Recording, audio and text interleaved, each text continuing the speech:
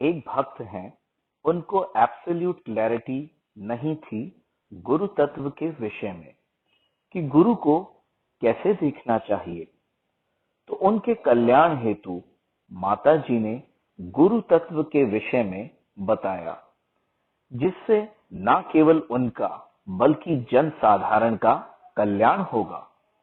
इस गुरु तत्व के विषय में स्पष्टता समझ के जो भी जिसके गुरु हैं वो उनके लिए गॉड हैं, वो उनके पर्सनल गॉड हैं। आचार्य मामे जाने आते, God is इनकारनेटिंग in this form, उनको अपने साथ ले जाने के लिए।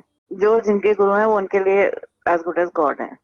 तो जो आपके गुरु हैं वो आपके लिए एज गुड एज गॉड है।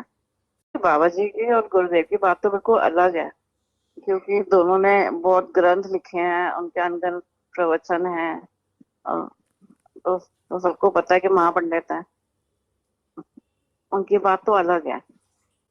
जो वृंदावन बरसाना राधा कुंड गोवर्धन में जगन्नाथपुरी में 100 ऑफ गुरुज रहते हैं, जो कि मतलब ज्यादा पढ़े लिखे भी नहीं है, पर जो भी उनके शिष्य है उन तो उनके शिष्य जो है उनको they take them as good as lord, और लेना भी चाहिए हर शिष्य के। उस ऐसा नहीं कि ए बी या सी कोई गॉड की तरह लें, तो जो जिसके गुरु है उनके लिए एज गुड एज गॉड है ही है। अब राधा कुंड में से वैष्णवपद बाबा के कुछ शिष्य हो गए, तो उनके शिष्यों के लिए वैष्णवपद बाबा जी एज गुड एज गॉड। अब रामकृष्ण दादा है, उन, तो उनके शिष्यों के लिए उनके उनके शिष्यों के लिए रामकृष्ण दादा भी एज गुड एज गॉड। तो ये क्वेश्चन नहीं कर रहा था कि मैं ए बी या सी को एज गुड एज गॉड, मतलब एज गॉड नहीं ले पा रही। लेना भी नहीं, हम कह भी नहीं रहे। टेक्निकली समझो कि जो जिनके गुरु हैं वो उनके लिए हैं गॉड। और जो गुरु है वो 3 रूप में होते हैं। जो उनके शिष्य हैं वो उन्हें एज गुड एज गॉड मानते हैं, और बाकी जो आसपास के डिवोटी है वो तो उनको ऑब्वियसली एज सेंट ही मानेंगे। और जो स्वयं है गुरु वो अपने आप को भगवान का दास मानेंगे, और शिष्य जो है वो अपने गुरु को एज गुड एज गॉड मानेंगे ही। तो इसमें कोई प्रॉब्लम तो है नहीं। ये तो नॉर्मली जो सारे गुरु होते हैं, जो भी होते हैं, ये उनके लिए है। Hundred and thousand of gurus हैं, तो उनके डिसाइपल्स के लिए वो एज गुड एज गॉड है ही। ये फिलॉसफी सबके लिए सेम है, कोई भी गुरु हो किन्हीं के। गुरुज की हमें तो कई गुरुज की नाड़ी भी सुनी हुई है,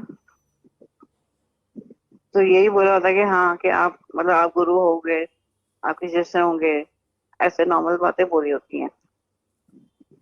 पर गुरुदेव की बात तो बिल्कुल अलग है। मतलब इस प्लेनेट पे तो किसी से कंपैरिजन हो नहीं सकता। मतलब एज गुड एज गॉड तो नॉर्मल गुरुज को भी लेना होता है, और गुरुदेव की बात तो बिल्कुल अलग हो जाती है, तो टॉपिक ही बिल्कुल अलग है। उस टॉपिक को छोड़ देना चाहिए। मतलब ये क्वेश्चन भी गलत है कि मैं नहीं ले पा रही उन्हें एज गॉड। प्यास वजह का लेक्चर समझो भी, जो जिनके गुरु हैं उनके लिए वो एज गुड एज गॉड है। आचार्य माँ में जानिए कि जो गुरु जिनके हैं उनके शिष्य उनको भगवान ही मानेंगे ना। मानिए मतलब हम सब भी, हम सारे डिवोटीज भी इस चीज को अच्छे से समझे। जो जिसके गुरु है वो एज गुड एज गॉड है। और उसके अलावा फिर भी मतलब गुरुदेव की बात बिल्कुल अलग है, क्योंकि he is only one on the planet. दोनों चीजों को साइमल्टेनियसली समझो। अगर आप राधा में प्राण कृष्ण बाबा है, उनके शिष्यों के लिए वो भगवान है, और होने भी चाहिए। तो हमें भी उनको भगवान रूप में नहीं देखना, बट हाँ सेंट है हमारे लिए, वो सेंट है, बहुत अच्छे संत हैं। लेकिन उनके शिष्यों को उन्हें हमारे जैसे नहीं देखना, उनके शिष्यों को उनको भगवान की तरह ही देखना है। हम लोग तो जैसे हम हैं, हम सब बहुत प्रिविलेज्ड हैं, वो हमारा टॉपिक तो बिल्कुल अलग है। हमारे गुरुदेव भगवान है वो मानना नहीं है, वो है। नॉर्मली जो टेक्निकल बात है, जो जिनके इनिशिएटिंग स्पिरिचुअल मास्टर हैं उनके लिए भगवान है। अगर उन्हें भगवत धाम जाना है तो उन्हें यही कहना है कि अपने गुरु को भगवान ही मानना है। He has to be worshipped as the Lord himself। अरे तो मतलब हमारे डिवोटीज इस बात को समझिए। ये जो मैं बोल रही हूँ, ये जो शब्द हैं कि आपके जो भी गुरु हैं, चाहे चाहे महापंडित हैं, चाहे कोई भी है, हम शिष्यों को उन्हें साक्षात हरि के रूप में ही लेना चाहिए। ये शब्द जो हैं, ये भगवान विष्णु के हैं। भगवान विष्णु ने नारद जी को ये बोला। ये संवाद है नारद जी का और विष्णु जी का। जब नारद जी ने बोला कि धीमर को मैं हरि के रूप में कैसे लूं, ये तो अनपढ़ से सामान्य से गांव वाले धीमर हैं, इनको मैं हरि रूप में कैसे लूं। भगवान विष्णु ने उन्हें डांटा, क्या तुमने गुरु को मनुष्य मान लिया? ये तुमने महा अपराध किया है। इस अपराध की वजह से तुम्हें 84 लाख योनि भोगनी पड़ेंगी।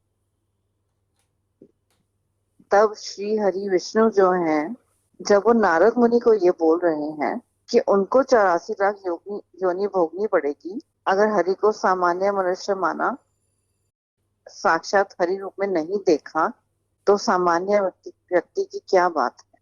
तो जिस क्षण हम गुरु को हरि रूप में नहीं देख रहे, तो समझ लो हम प्रचुर अपराध कर रहे हैं। ये सभी साधकों के लिए ये बात लागू होती है, चाहे वो किसी भी संप्रदाय से हो, गौड़ीय संप्रदाय हो या कोई भी संप्रदाय हो।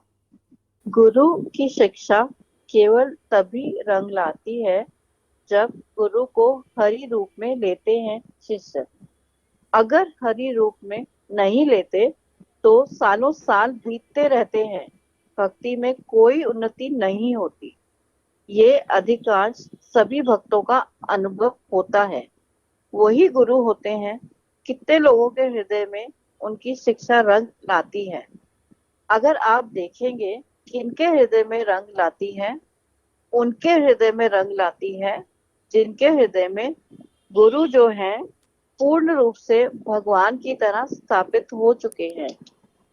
अगर हम चाहते हैं कि वास्तव में हमारी भक्ति में उन्नति हो और हमारे हृदय में भी भक्ति रंग लाए, आचार्य गुरुदेव की शिक्षा हमारे हृदय में रंग लाए, तो गुरु को जैसे शास्त्र निर्देश देते हैं कि साक्षात हरित्वेन समस्त शास्त्र, सारे शास्त्र यही कहते हैं कि गुरु को हरि रूप में लो।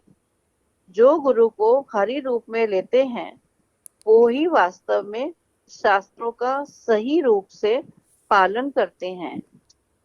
और समस्त विश्व में जितने भी गुरु हैं जो प्रामाणिक संप्रदाय से हैं, अटूट संप्रदाय से हैं, जैसे हमारे गौड़िया वैष्णव समाज में 500 वर्ष की अटूट परंपरा से हैं, वहां से कोई भी व्यक्ति दीक्षा लेते हैं, चाहे वो किसी भी परिवार से लें, हरि रूप में ही उन गुरु को निश्चित रूप से लेना ही चाहिए।